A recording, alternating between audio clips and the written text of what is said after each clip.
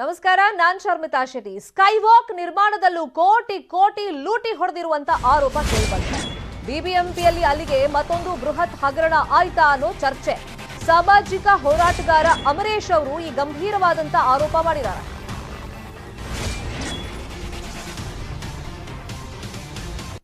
ಹದಿನಾಲ್ಕು ಸ್ಕೈವಾಕ್ ನಿರ್ಮಾಣದ ಗುತ್ತಿಗೆಯನ್ನ 54 ಕೋಟಿಗೆ ಕೊಟ್ಟಿದ್ದಾರಂತೆ. ಸಂಜಯ್ ಮಾರ್ಕೆಟಿಂಗ್ ಕಂಪನಿಗೆ ಗುತ್ತಿಗೆಯನ್ನ ನೀಡಲಾಗಿದೆ. 21 ಕೋಟಿ ಬದಲು 54 ಕೋಟಿಗೆ ಗುತ್ತಿಗೆಯನ್ನ ನೀಡಲಾಗಿದೆ. ಇಲ್ಲಿ ದೊಡ್ಡ ಹಗರಣ ಆಗಿದೆ. ಯಾರ್ಯಾರು ಎಷ್ಟೇ ಜೇಬಿಗೆ ಇಳಿಸ್ಕೊಂಡಿದ್ದಾರೆ, ಈ ಬಗ್ಗೆ ತನಿಖೆ ಆಗಬೇಕು ಅಂತ ಹೇಳಿ ಸಾಮಾಜಿಕ ಹೋರಾಟಗಾರ ಅಮರೇಶ್ ಅವರು ಹೇಳ್ತಾ ಇದ್ದಾರೆ. 1.5 ಪಟ್ಟು ಹೆಚ್ಚಿನ ಹಣಕ್ಕೆ ಸಂಜಯ್ ಮಾರ್ಕೆಟಿಂಗ್ ಎಂಬ ಸಂಸ್ಥೆಗೆ ಸ್ಕೈವಾಕ್ ನಿರ್ಮಾಣ ಗುತ್ತಿಗೆ ನೀಡಲಾಗಿದೆ ಅನ್ನೋ ಆರೋಪ ಕೇಳಬಂದಿದೆ. ಲೋಕಾಯುಕ್ತಕ್ಕೆ ದೂರನ್ನ ನೀಡೋದಕ್ಕೆ ಇದೀಗ ಸಾಮಾಜಿಕ ಹೋರಾಟಗಾರ ಅಮರೇಶ್ ಅವರು ಮುಂದಾಗಿದ್ದಾರೆ.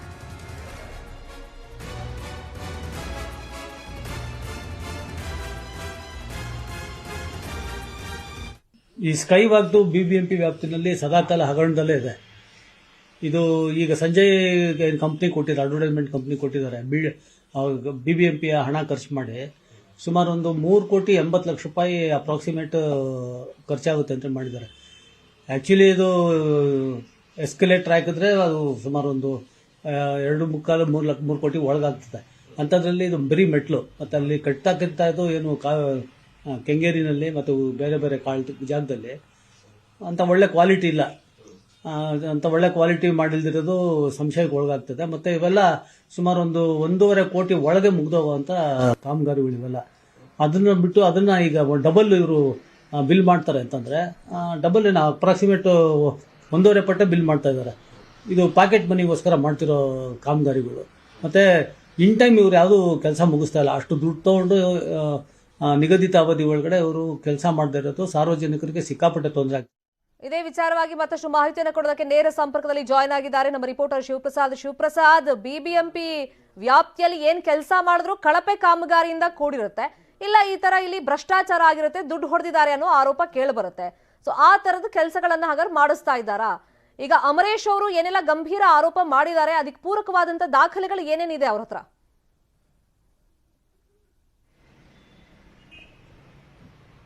ಶರ್ಮಿತಾ, ಕಳೆದ 1 ತಿಂಗಳ ಹಿಂದೆ ಅಷ್ಟೇ ನಾವು ಬಿಬಿಎಂಪಿಯ ಅಧಿಕಾರಿಗಳನ್ನ ಕೂಡ ಭೇಟಿ ಮಾಡಿ ಇದ್ರ ಬಗ್ಗೆ ಒಂದಷ್ಟು ಮಾಹಿತಿಯನ್ನ ಪಡ್ಕೊಂಡಿದ್ದು.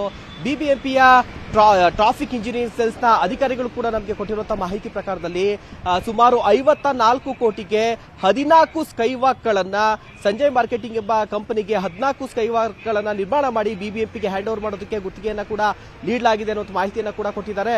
ಅದರ ಜೊತೆಗೆ ಎಲ್ಲೆಲ್ಲಿ ಸ್ಕೈವಾಕ್ ಗಳನ್ನ ನಿರ್ಮಾಣ ಮಾಡಬೇಕು ಅನ್ನುವಂತ ಒಂದು ಲಿಸ್ಟ್ ಅನ್ನ ಕೂಡ ನ್ಯೂಸ್ 18 ಅವರು ಒದಗಿಸಿರುವಂತದ್ದು. ಈಗ ಅಂಬರೀಶ್ ಅವರು ಹೇಳ್ತಾ ಇರುವಂತಹ ಪ್ರಕಾರದಲ್ಲಿ ಒಂದು ಏನಂದ್ರೆ ಸ್ಕೈವಾಕ್ ನ ನಿರ್ಮಾಣ ಮಾಡಬೇಕು ಅಂತಂದ್ರೆ ಸ್ಕೈವಾಕ್ ಯಾರು ನಿರ್ಮಾಣ ಮಾಡಿದಾರಲ್ಲ ಅವರ ಕಡೆಯಿಂದನೇ ಒಂದು ಮಾಹಿತಿಯನ್ನು ಕೂಡ ಅವ್ರು ಪಡ್ಕೊಂಡಿದ್ದಾರೆ. ಒಂದು ಸ್ಕೈವಾಕ್ಗೆ ವಿತ್ ಲಿಫ್ಟ್ ಸಮೇತ ನಾವು ಸ್ಕೈವಾಕ್ ಮಾಡಬೇಕು ಅಂದ್ರೆ 1 ರಿಂದ 1.5 ಕೋಟಿ ರೂಪಾಯಿ ಅಷ್ಟೇ ವೆಚ್ಚ ತಗಲುತ್ತೆ. ಆದ್ರೆ ಇಲ್ಲಿ ಸಂಜಯ್ ಮಾರ್ಕೆಟಿಂಗ್ ಕಂಪನಿಗೆ ಬಿಬಿಎಂಪಿಯ ಅಧಿಕಾರಿಗಳು ಕೊಟ್ಟಿರುವಂತಹ ಒಂದು ಅಮೌಂಟ್ ಎಷ್ಟು ಅಂತಂದ್ರೆ ಗುತ್ತಿಗೆ ಎಷ್ಟು ಅಂದ್ರೆ 14 ಸ್ಕೈವಾಕ್ಗೆ ಒಟ್ಟು 54 ಕೋಟಿಯನ್ನ ಒಂದು ಟೆಂಡರ್ ಅನ್ನ ಅವರಿಗೆ ಕೊಟ್ಟಿದ್ದಾರೆ. ಅಲ್ಲಿಗೆ ಒಂದು ಸ್ಕೈವಾಕ್ಗೆ ಸುಮಾರು 3 ಕೋಟಿ 80 ಲಕ್ಷ ರೂಪಾಯಿ ಅಷ್ಟು ಬೀಳುತ್ತೆ, ಇನ್ಕ್ಲೂಡಿಂಗ್ ಲಿಫ್ಟ್ ಅಲ್ಲ ಎಸ್ಕಲೇಟರ್ ಸಮೇತವಾಗಿ ಸ್ಕೈವಾಕ್ ಅನ್ನು ಮಾಡಬೇಕು ಅಂದ್ರೆ 2.5 ಕೋಟಿ ಅಷ್ಟು ತಗಲುತ್ತೆ. ಆದ್ರೆ ಇಲ್ಲಿ ಕೇವಲ ಲಿಫ್ಟ್ ಇರುವಂತಹ ಸ್ಕೈವಾಕ್ ಗಳನ್ನ ಕೆಲವು ಕಡೆ ಮಾಡ್ತಾ ಇದೆ, ಕೆಲವು ಕಡೆ ವಿತೌಟ್ ಲಿಫ್ಟ್ ಅನ್ನ ಕೂಡ ಮಾಡ್ತಿದ್ದಾರೆ. ಇಂತಹ ಸ್ಕೈವಾಕ್ಗೆ ವಿತ್ ಲಿಫ್ಟ್ ಸಮೇತ ಮಾಡೋದಕ್ಕೆ 1.5 ಕೋಟಿ ರೂಪಾಯಿ ವೆಚ್ಚ ತಗಲುತ್ತೆ. ಹೀಗಾಗಿ 14 ಸ್ಕೈವಾಕ್ಗೆ ಕೇವಲ 21 ಕೋಟಿ ರೂಪಾಯಿ ಮಾತ್ರ ಆಗುತ್ತೆ. ಆದ್ರೆ ಹೆಚ್ಚುವರಿಯಾಗಿ 33 ಕೋಟಿ ರೂಪಾಯಿ ಕೊಡುವಂತ ಅಗತ್ಯತೆ ಆದ್ರೂ ಕೂಡ ಏನು, ಸಾಕಷ್ಟು ಗುತ್ತಿಗೆದಾರರು ಪಿಪಿಪಿ ಮಾಡೆಲ್ ಅಲ್ಲೇ ಅವರೇ ದುಡ್ಡನ್ನ ಹಾಕಿ ಸ್ಕೈವಾಕ್ ನಿರ್ಮಾಣ ಮಾಡೋದಕ್ಕೆ ಮುಂದಾಗಿದ್ರು ಕೂಡ ಅಧಿಕಾರಿಗಳು ಬಿಬಿಎಂಪಿಯ ದುಡ್ಡಿನಲ್ಲೇ ಕೂಡ ಗುತ್ತಿಗೆಯನ್ನ ಕೊಟ್ಟಿರುವಂತದ್ದು ಸಾಕಷ್ಟು ಅನುಮಾನಗಳಿಗೆ ಕಾರಣವಾಗ್ತಾ ಇರುವಂತದ್ದು. ಸೊ ಹೀಗೆ ಹೆಚ್ಚುವರಿಯಾಗಿ 33 ಕೋಟಿ ರೂಪಾಯಿ ಕೊಟ್ಟಿದ್ದಾರೆ ಅಂತಂದ್ರೆ ಇಲ್ಲಿ ಅಧಿಕಾರಿಗಳು ಕೂಡ ಶಾಮೀಲಾಗಿದ್ದಾರೆ. ಕೊಟ್ಟಿರುವಂತಹ ಕಂಪನಿ ಕಡೆಯಿಂದ ಇವರು ಕೂಡ ಏನಾದ್ರು ಕೂಡ ಕಮಿಷನ್ ಅನ್ನ ಕೂಡ ಪಡ್ಕೊಂಡಿದ್ದಾರೆ. ಇದಕ್ಕಾಗಿ 21 ಕೋಟಿ ರೂಪಾಯಿ ಟೆಂಡರ್ಗೆ 33 ಕೋಟಿ ರೂಪಾಯಿ ಹೆಚ್ಚುವರಿಯಾಗಿ 54 ಕೋಟಿಗೆ ಕೊಟ್ಟಿದ್ದಾರೆ. ಸೊ ಇದ್ರಲ್ಲಿ ಸಾಕಷ್ಟು ಅಕ್ರಮ ಆಗಿದೆ. ಸೊ ಹೀಗಾಗಿ ಇದ್ರ ಬಗ್ಗೆ ತನಿಖೆ ಹಣ ಕೊಟ್ಟಿರೋದು, ಅದ್ರ ಬಗ್ಗೆ ಸಮಗ್ರವಾಗಿ ತನಿಖೆ ಆಗಬೇಕಾಗುತ್ತೆ. ಮತ್ತೆ 4 ವರ್ಷ ಕಳೆದ್ರೂ ಕೂಡ ಅರ್ಧ ಕಾಮಗಾರಿನೂ ಇಲ್ಲಿ ಅಂದ್ರೆ ಅರ್ಧ ಕೆಲಸನೂ ಮುಗ್ದಿಲ್ಲ ಅಂತ ಹೇಳ್ತಿದ್ದಾರೆ, ಹೌದಾ?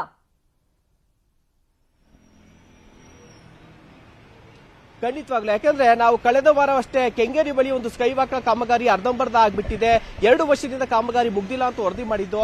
ಆ ಒಂದು ಸ್ಕೈ ವಾಕ್ ಅನ್ನ ಕೂಡ ಅಷ್ಟೇ ಇದೇ ಸಂಜಯ್ ಮಾರ್ಕೆಟಿಂಗ್ ಕಂಪನಿ ಅವರು ಮಾಡ್ತಾ ಇರುವಂತದ್ದು. ಕೇವಲ ಒಂದು ಸ್ಕೈ ವಾಕ್ ಅನ್ನ ಮಾತ್ರ ಕಂಪ್ಲೀಟ್ ಮಾಡಿದ್ರು.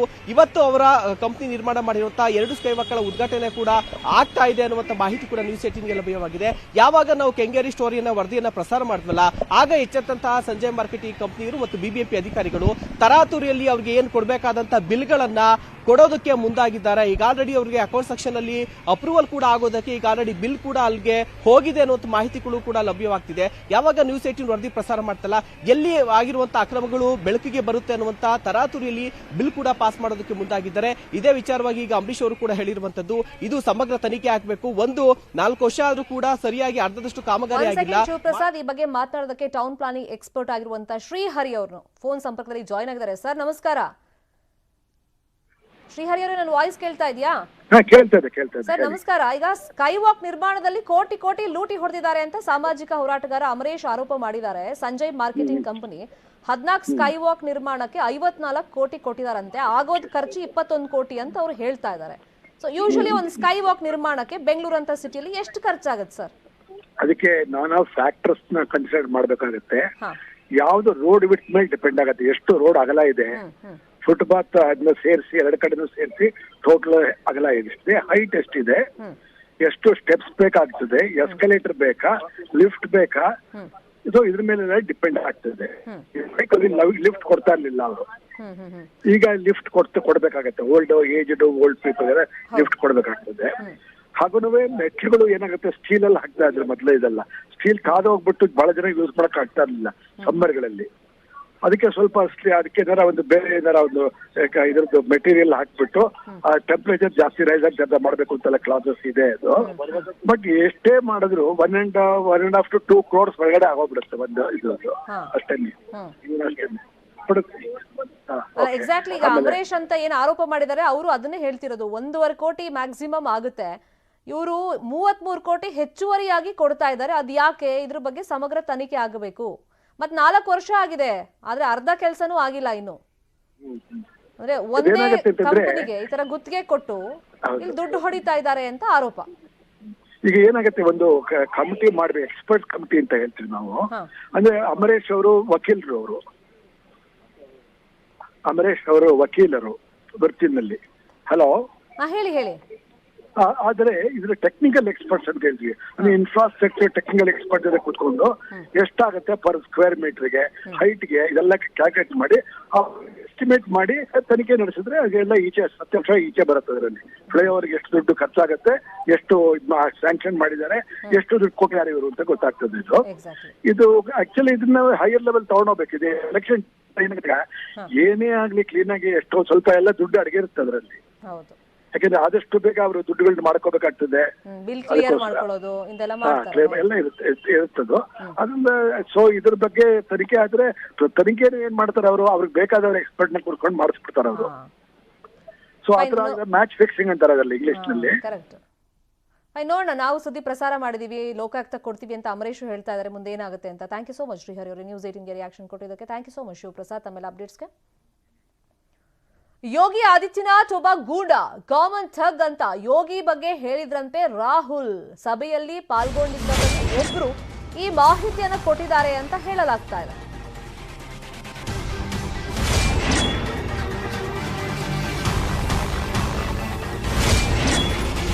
ಯೋಗೇಂದ್ರ ಯಾದವ್ ಅವರೊಂದು ಸಭೆಯನ್ನ ಆಯೋಜನೆ ಮಾಡಿದ್ರು, ಸ್ವರಾಜ್ ಇಂಡಿಯಾ ಸಭೆಯಲ್ಲಿ ಚರ್ಚೆ ನಡೀತಾ ಇದ್ದಾಗ ಯೋಗಿ ಆದಿತ್ಯನಾಥ್ ಒಬ್ಬ ಗೂಂಡ ಅಂತ ರಾಹುಲ್ ಹೇಳಿದ್ದಾರೆ ಅಂತ ಆ ಸಭೆಯಲ್ಲಿ ಪಾಲ್ಗೊಂಡಿದ್ದಂತ ಒಬ್ರು ಹೇಳ್ತಾ ಇದ್ದಾರೆ. ಕೇಸರಿ ವಸ್ತ್ರ ಧರಿಸಿದವರೆಲ್ಲ ಧಾರ್ಮಿಕ ನಾಯಕರಲ್ಲ, ಯಾವ ಧರ್ಮವೂ ದೇಶದ ಬಗ್ಗೆ ಹೇಳಲ್ಲ, ಹೀಗೆ ಯುಪಿ ಸಿಎಂ ಯೋಗಿ ಧಾರ್ಮಿಕ ನಾಯಕರಲ್ಲ ಅಂತ ರಾಹುಲ್ ಗಾಂಧಿ ಹೇಳಿದ್ರಂತೆ. ಬಿಜೆಪಿ ಅಧರ್ಮ ಮಾಡ್ತಾ ಇದೆ ಅಂತಾನೂ ರಾಹುಲ್ ಗಾಂಧಿ ಪ್ರಸ್ತಾಪ ಮಾಡಿದ್ರಂತೆ. ಸ್ವರಾಜ್ ಇಂಡಿಯಾ ಆಯೋಜಿಸಿದ್ದ ಸಭೆಯಲ್ಲಿ ಈ ತರ ಚರ್ಚೆಯಾಗಿದೆ.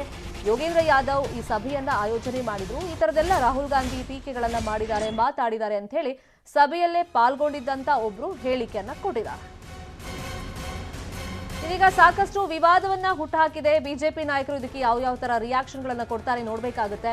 ಅಂದ್ರೆ ಇದಕ್ಕೆ ಯಾವುದೇ ಪ್ರೂಫ್ಗಳು ಅಂತಂದ್ರೆ ಸೊ ಇವಾಗ ಡಿಜಿಟಲ್ ಯುಗ, ಎಲ್ಲಿ ಹೋದರೂ ಮೊಬೈಲಲ್ಲಿ ರೆಕಾರ್ಡ್ ಮಾಡೋದು ಅಥವಾ ಕ್ಯಾಮ್ರಾದಲ್ಲಿ ರೆಕಾರ್ಡ್ ಮಾಡೋದು ಇಂಥದ್ದೆಲ್ಲ ನಡೆಯುತ್ತೆ. ಆದರೆ ಆ ಸಭೆಯಲ್ಲಿ ಪಾಲ್ಗೊಂಡಿದ್ದವರು ರಾಹುಲ್ ಗಾಂಧಿ ಹೇಳಿದ್ದಾರೆ ಅಂತ ಒಂದಿಷ್ಟು ಇನ್ಫಾರ್ಮೇಶನ್ ಅನ್ನ ಕೊಟ್ಟಿದ್ದಾರೆ.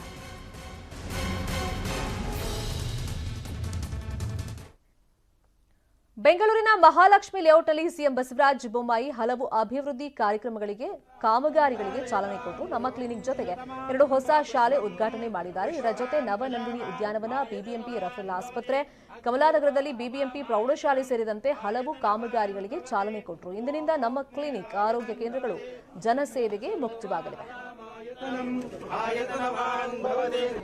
ಅಭಿವೃದ್ಧಿಯ ಪರ್ವ ಪ್ರಾರಂಭ ಆಗಿದೆ ಅಂತ ನಾನು ಹೇಳಕ್ಕೆ ಇಚ್ಛೆಪಡ್ತೀನಿ. ಒಂದು ಕ್ಷಣ 10 ವರ್ಷದಿಂದ ಮಹಾಲಕ್ಷ್ಮಿ ಲೇಔಟ್ ಯಾವ ರೀತಿ ಇತ್ತು, ಇವತ್ತು ಯಾವ ರೀತಿ ಇದೆ, ಈ ಬದಲಾವಣೆಯನ್ನು ಗಮನಿಸಿದರೆ ಒಬ್ಬ ಸರಿಯಾದಂಥ ಜನಸೇವಕರನ್ನು ಆಯ್ಕೆ ಮಾಡಿದರೆ ಯಾವ ರೀತಿ ಕ್ಷೇತ್ರದ ಅಭಿವೃದ್ಧಿಯ ಜೊತೆಗೆ ನಮ್ಮ ಬದುಕಿನಲ್ಲಿ ಅಭಿವೃದ್ಧಿ ಆಗ್ತದೆ ಅನ್ನೋದು ಇವತ್ತು ಮಹಾಲಕ್ಷ್ಮಿ ಲೇಔಟಿನ ಅಭಿವೃದ್ಧಿಯ ಮಾದರಿ ಅಂತ ನಾನು ಹೇಳಕ್ಕೆ ಇಚ್ಛೆಪಡ್ತೀನಿ. ಸನ್ಮಾನ್ಯ ಗೋಪಾಲೆ ಅವರು ಈ ಮಹಾಲಕ್ಷ್ಮಿ ಲೇಔಟಿನ ಮಹಾಜನತೆಯ ಬಹಳಷ್ಟು ಪ್ರೀತಿ ಮಾಡ್ತಾರೆ. ಸದಾ ಈ ಕ್ಷೇತ್ರದ ಅಭಿವೃದ್ಧಿ ಮಾಡಬೇಕು, ಸಹಾಯ ಮಾಡಬೇಕು, ಮೂಲಭೂತ ಸೌಕರ್ಯಗಳನ್ನು ಕೊಡಬೇಕು, ಮಕ್ಕಳಿಗೆ ಶಿಕ್ಷಣ ಕೊಡಬೇಕು, ಯಾರಿಗೆ ಆರೋಗ್ಯ ತೊಂದರೆ ಇದೆ ಅವರ ಆರೋಗ್ಯವನ್ನು ಕೊಡಬೇಕು. ಹೀಗೆ ಸದಾ ನಿಮ್ಮ ಬಗ್ಗೆ ತುಡುತ್ತಾ ಇರುವಂಥ ಒಬ್ಬ ನಾಯಕ.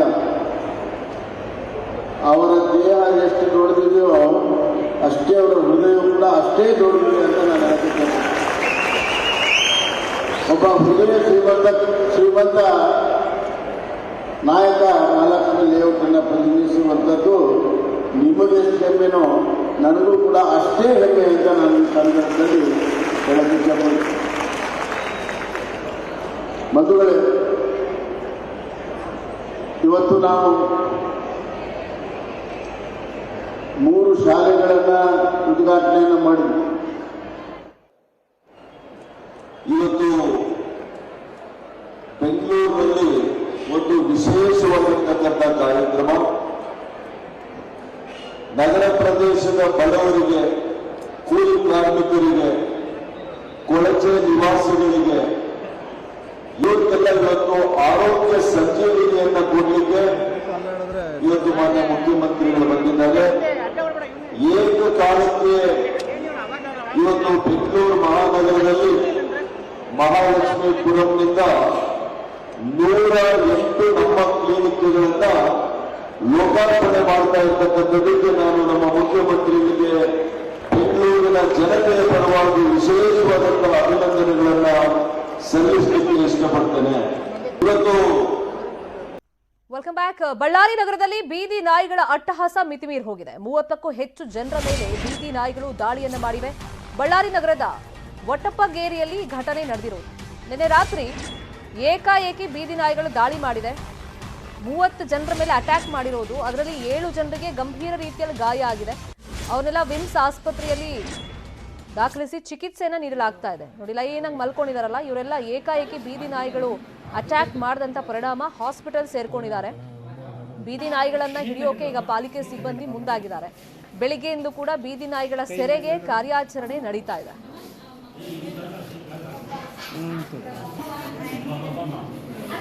ನಂಬರ್ 30ರಲ್ಲಿ ಒಂದು ಬೀದಿ ನಾಯಿ ಸುಮಾರು 7 ಜನಕ್ಕೆ ಸೀರಿಯಸ್ ಆಗಿ, ಉಳಿದವ್ರಿಗೆ ಸಣ್ಣ ಪುಟ್ಟ ಮತ್ತು 30 ಜನಕ್ಕೆ ಗಾಯಗಳನ್ನು ಮಾಡಿದೆ. ಈಗಾಗಲೇ ವಿಮ್ಸ್ ಡಾಕ್ಟ್ರು ಎಲ್ಲ ಅದನ್ನು ನೋಡಿದ್ದಾರೆ. ನಮ್ಮ ಕಾರ್ಪೊರೇಷನ್ ಸಿಬ್ಬಂದಿನೂ ಆ ನಾಯಿಯನ್ನು ಹುಡುಕ್ತಾ ಇದ್ದಾರೆ. ಈ ಥರ ಆಗಿದೆ. ನಾನು ಅದಕ್ಕೆ ಹಾಸ್ಪಿಟ್ಲಿಗೆ ಮತ್ತು ಆ ವಾರ್ಡಿಗೆ ವಿಸಿಟ್ ಮಾಡಿದ್ದೆ. ಈಗ ಡಾಕ್ಟ್ರುಗಳೆಲ್ಲ ಅವ್ರನ್ನ ಚೆನ್ನಾಗಿ ನೋಡ್ಕೊಳ್ತಾ ಇದ್ದಾರೆ. ನಾನು ಮತ್ತು ನಮ್ಮ ವಾರ್ಡ್ ಕಾರ್ಪೊರೇಟ್ರು ಇಲ್ಲ ವೆಂಕಟೇಶ್ ಅಂತ ನಮ್ಮ ಡಿಸ್ಟ್ರಿಕ್ಟ್ ಮಿನಿಸ್ಟರ್ ಎಲ್ಲರೂ ಸಹ ವಿಸಿಟ್ ಮಾಡಿದ್ವಿ. ಚೆನ್ನಾಗಿ ನೋಡ್ಕೊಳ್ತಾ ಇದ್ದಾರೆ. ಬೀದಿ ನಾಯಿ ಇಲ್ಲ ಸಿಕ್ಕಿಲ್ಲ, ನಾಯಿ ಸಿಕ್ಕಿಲ್ಲ. ಹುಡುಕ್ತಾ ಇದ್ದಾರೆ. ನಮ್ಮ ಸುಮಾರು 15 ಜನ ಸಿಬ್ಬಂದಿ ಅದನ್ನು ಹುಡುಕ್ತಾ ಇದ್ದಾರೆ. ಸ್ನೇಹಿತೆಯರ ಮೇಲೆ ಸ್ನೇಹಿತರೇ ಅತ್ಯಾಚಾರಕ್ಕೆ ಪ್ರಯತ್ನ ಪಟ್ಟಿದ್ದಾರೆ. ಇಬ್ಬರು ಯುವತಿಯರ ಮೇಲೆ ಇಬ್ಬರು ಯುವಕರು ಅತ್ಯಾಚಾರಕ್ಕೆ ಪ್ರಯತ್ನ ಪಟ್ಟಿರೋದು. ಪಾರ್ಟಿ ಮಾಡುವಂತ ನೆಪದಲ್ಲಿ ಅತ್ಯಾಚಾರಕ್ಕೆ ಪ್ರಯತ್ನವನ್ನ ಪಟ್ಟಿದ್ದಾರೆ ಅಂತ ಆರೋಪ ಕೇಳಿಬಂದಿದೆ. ವಿವೇಕ್ ನಗರ ಪೊಲೀಸ್ ಠಾಣಾ ವ್ಯಾಪ್ತಿಯಲ್ಲಿ ಈ ಘಟನೆ ನಡೆದಿರೋದು. ಇಬ್ರು ಯುವಕರು ಮತ್ತೆ ಇಬ್ರು ಯುವತಿಯರು ಪಾರ್ಟಿ ಮಾಡಿದ್ದಾರೆ. ಖಾಸಗಿ ಕಂಪನಿಯಲ್ಲೇ 4 ಜನ ಕೆಲಸ ಮಾಡ್ತಾ ಇದ್ರು. ಬೇಸಿಕ್ಲಿ ಇವರೆಲ್ಲ ಫ್ರೆಂಡ್ಸ್, ಒಂದೇ ಯೂನಿವರ್ಸಿಟಿಯಲ್ಲೇ ಓದಿದಂತ ಫ್ರೆಂಡ್ಸ್ ಇವರು. ಅದೇ ಸಲಿಗೆ ಮೇಲೆ ಪಾರ್ಟಿಗೆ ಕರೆದಿದ್ದಾರೆ, ಹೋಗಿದ್ದಾರೆ ಇವರಿಬ್ರು. ಈಗ ಇಬ್ರು ಆರೋಪಿಗಳಾದ ಆದಿತ್ಯ ಹಾಗೇನೆ ಅಜಯ್ನನ್ನ ಬಂಧಿಸಲಾಗಿದೆ. ಮತ್ತೆ ಮೆಡಿಕಲ್ ಟೆಸ್ಟ್ಗೂ ಕೂಡ ಪೊಲೀಸರು ಇವರನ್ನ ಕರ್ಕೊಂಡು ಹೋಗಿದ್ದಾರೆ.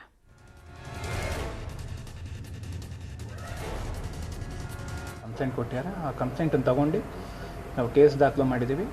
ಹಾಗೂ ಆ ಕಂಪ್ಲೇಂಟ್ ಏನು ಹೇಳಿದ್ದಾರೆ ಆ ಕಂಪ್ಲೇಂಟು ಅದರ ಪ್ರಕಾರ ಇಬ್ಬರು ವ್ಯಕ್ತಿಗಳನ್ನು ನಾವು ದಸ್ತಗಿರಿ ಮಾಡಿದ್ದೀವಿ. ಇದು ಏನು ಕೇಸ್ ಇದೆ, ಈ ಕೇಸಲ್ಲಿ ಈ ಇಬ್ಬರು ವ್ಯಕ್ತಿಗಳು ಏನು ನಾವು ಅರೆಸ್ಟ್ ಮಾಡಿದ್ದೀವಿ ಅವರು ಮೂಲತಃ ಮುಂಚೆಯಿಂದನೂ ಪರಿಚಯ ಇರೋಂಥ ಹುಡುಗರಾಗಿರ್ತಾರೆ. ಅವರೆಲ್ಲ ಒಂದೇ ಯೂನಿವರ್ಸಿಟಿಲಿ ಓದಿರ್ತಾರೆ. ನಂತರ ಬೆಂಗಳೂರಲ್ಲಿ ಎಲ್ಲರೂ ಇಲ್ಲಿ ಕೆಲಸ ಮಾಡ್ತಿರ್ತಾರೆ. ಆ ಕಾರಣದಿಂದ ಅವರಿಗೆ ಆ ಸಲಹೆ ಇರುತ್ತೆ, ಅದನ್ನು ಅವನು ಮಿಸ್ಯೂಸ್ ಮಾಡಿ ಈ ರೀತಿ ಮಾಡಿದ್ದಾರೆ. ಅವರೆಲ್ಲ ಒಂದೇ ಯೂನಿವರ್ಸಿಟಿಲಿ ಓದ್ತಿರೋವಂಥ ವ್ಯಕ್ತಿಗಳಾಗಿರ್ತಾರೆ. ಅವ್ರಿಗೆಲ್ಲರಿಗೂ ಪರಿಚಯ ಇರೋಂಥ ವ್ಯಕ್ತಿಗಳು. ಇಲ್ಲ, ಇವಾಗ ಅವರೆಲ್ಲ ವರ್ಕಿಂಗ್ ಇರ್ತಾರೆ. ಅವರು ಒಂದು ಪ್ರೈವೇಟ್ ಕಂಪ್ನಿಗಳಲ್ಲಿ ಎಲ್ಲರೂ ವರ್ಕ್ ಮಾಡ್ತಾರೆ. ಪಾರ್ಟಿಲಿ 4 ಜನ ಇರ್ತಾರೆ. ಅದರಲ್ಲಿ 2 ಹುಡುಗಿರು ಇರ್ತಾರೆ, 2 ಹುಡುಗರು ಇರ್ತಾರೆ. ಒಬ್ಬರ ಮೇಲೆ ಅಟೆಂಪ್ಟ್ ಆಗಿದೆ, ಇನ್ನೊಬ್ರನ್ನ ಮೊಲೆಸ್ಟ್ ಮಾಡಿದ್ದಾರೆ ಅಂತ ಕಂಪ್ಲೇಂಟ್. ಹುಡುಗಿ ಒಬ್ಬರೇನೆ ಕಂಪ್ಲೇಂಟು, ಬಟ್ ಇಬ್ಬರ ಮೇಲೂ ಆಗಿರೋದನ್ನ ಹುಡುಗಿನೇ ಹೇಳುತ್ತೆ. ಒಬ್ಬರು ಅತ್ಯಾಚಾರ ಯತ್ನ ಮಾಡಿದ್ದಾರೆ, ಇನ್ನೊಬ್ರು.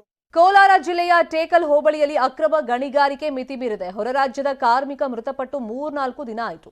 ಆದರೂ ಎಲ್ಲರೂ ಮೌನ. ಈ ಬಗ್ಗೆ ರಿಪೋರ್ಟ್ ಇಲ್ಲಿದೆ.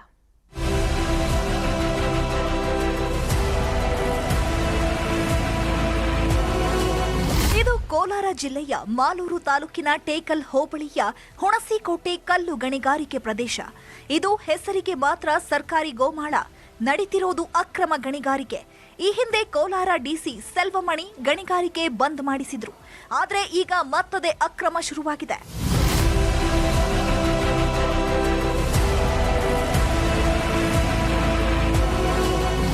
ಉಸ್ತುವಾರಿ ಸಚಿವ ಮುನಿರತ್ನ, ಸಂಸದ ಮುನಿಸ್ವಾಮಿ ಮಧ್ಯಸ್ಥಿಕೆಯಲ್ಲಿ ಕಲ್ಲು ಕುಟಿಕರಿಗೆ ಕೈಯಲ್ಲಿ ಕೆಲಸ ಮಾಡಲು ಅವಕಾಶ ನೀಡುವಂತೆ ಜಿಲ್ಲಾಡಳಿತಕ್ಕೆ ಮೌಖಿಕ ಸೂಚನೆ ನೀಡಿದ್ರು. ಆದರೆ ಇಂದು ಆಗ್ತಿರೋದು ಅಕ್ರಮವಾಗಿ ಬೃಹತ್ ಯಂತ್ರೋಪಕರಣಗಳ ಬಳಕೆ. ಟೇಕಲ್ ಅಕ್ರಮ ಗಣಿಗಾರಿಕೆಗೆ ಇನ್ನೆಷ್ಟು ಬಲಿ ಬೇಕು? ಮಾನ್ಯ ಸಚಿವರೇ, ಇಲ್ಲಿ ಕಲ್ಲು ಕುಟುಕೋದೇ ಆಗಿದ್ದರೆ ಹೊರ ರಾಜ್ಯದ ಕಾರ್ಮಿಕರು ಯಾಕೆ ಬರ್ತಾ ಇದ್ದಾರೆ? ಇಲ್ಲಿ ಸಾಯೋದಕ್ಕೆ ಬರ್ತಾ ಇದ್ದಾರಾ, ಇಲ್ಲ ತುತ್ತು ಊಟಕ್ಕೋಸ್ಕರ ಬರ್ತಾ ಇದ್ದಾರಾ, ಇಲ್ಲ ಜೀವನಕ್ಕಾಗಿ ಬರ್ತಾ ಇದ್ದಾರಾ?